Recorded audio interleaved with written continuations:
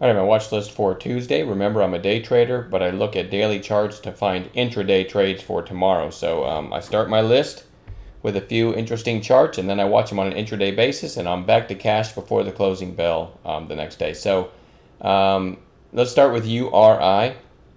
Really got ahead of itself to the downside here. Has nice support right around 90 from mid-October, and it's come a long way to get there. So this one is pretty interesting to me for a potential bounce. Again, only with the proper intraday setup. HAIN, you can't see it here, but it's basically touching the 50-day after 4 days down in a row. Some support just to the left, or especially down at 54.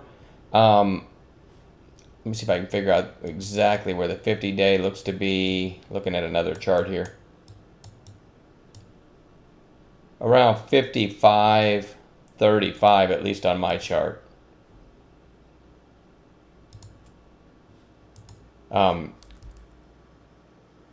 So it's pretty close to the 50-day. I want to watch that one for potential bounce tomorrow. BCLI, after the huge gap up today, gap down and tanked, but it still deserves to be on watch. NRX, kind of the same thing. The day's gotten today's range is narrow, especially on a weak tape for the market. Remember, well, I hate to say this was 18 a couple sessions ago, because looking at the chart, it didn't deserve to be 18. But now we're getting down to the point where maybe it doesn't deserve to be as low as it is either. So I want to watch that one for a bounce. CNAT, gapped up today. It was one of my #1 gap plays that I was watching, but it never gave me a long trigger, and I ended up doing nothing with it. But still, that doesn't change the fact that it had over 11 million shares and, closed around $8 on Friday, and then is still up at $10 here. So, that's still a nice move. On an intraday basis, it was selling most of the day, though. So, I want to watch that one for some upside tomorrow. NDRM.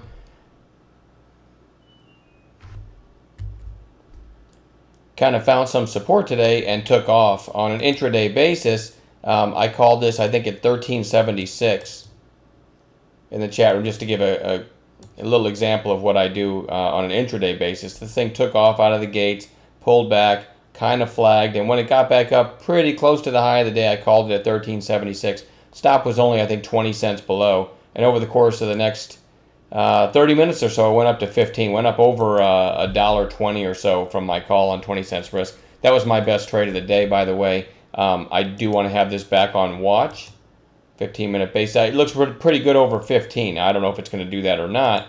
But as I said in yesterday's video, anytime you have something with over 40 million shares and a huge move, really for the next couple weeks, you want to have it on watch every day. And today is an example of a nice trade just for having that on watch. Okay.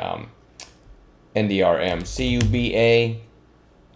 This one's just consolidating around $9. But it makes really nice moves when it does make when it does move. So I want to have that one on watch too. GameStop, GME, nice volume and really good relative strength, and a lot of shorts in this one. So I want to watch this one for a continuation to the upside tomorrow. Real quick glance at the SPY. I'm kind of expecting a bounce in the SPY. Kind of hit a trend line here, connecting these recent bottoms.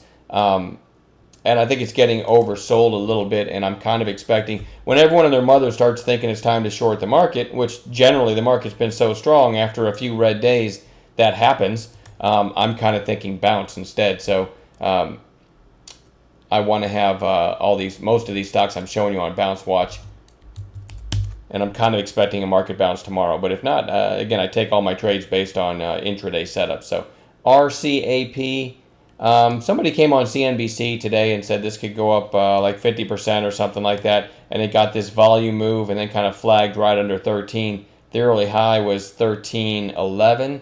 So, up over 13 on volume tomorrow, and you can see the volume spike on the daily. This one might get some legs to the upside.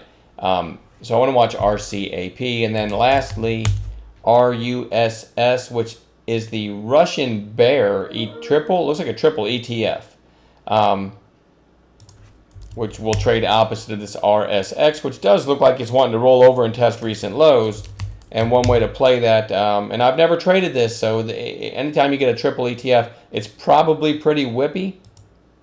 There it is on 15-minute. Anyway, so these are 15-minute candles. I definitely like this. Go back to the daily. Over $30. Today's high was 30, and then the high from about 5 sessions ago was 30.25, and it could get some nice legs to the upside over that. So I like this over 30 with a secondary catalyst of over 30.25. Again, I've never traded this one before, so I'll be cautious.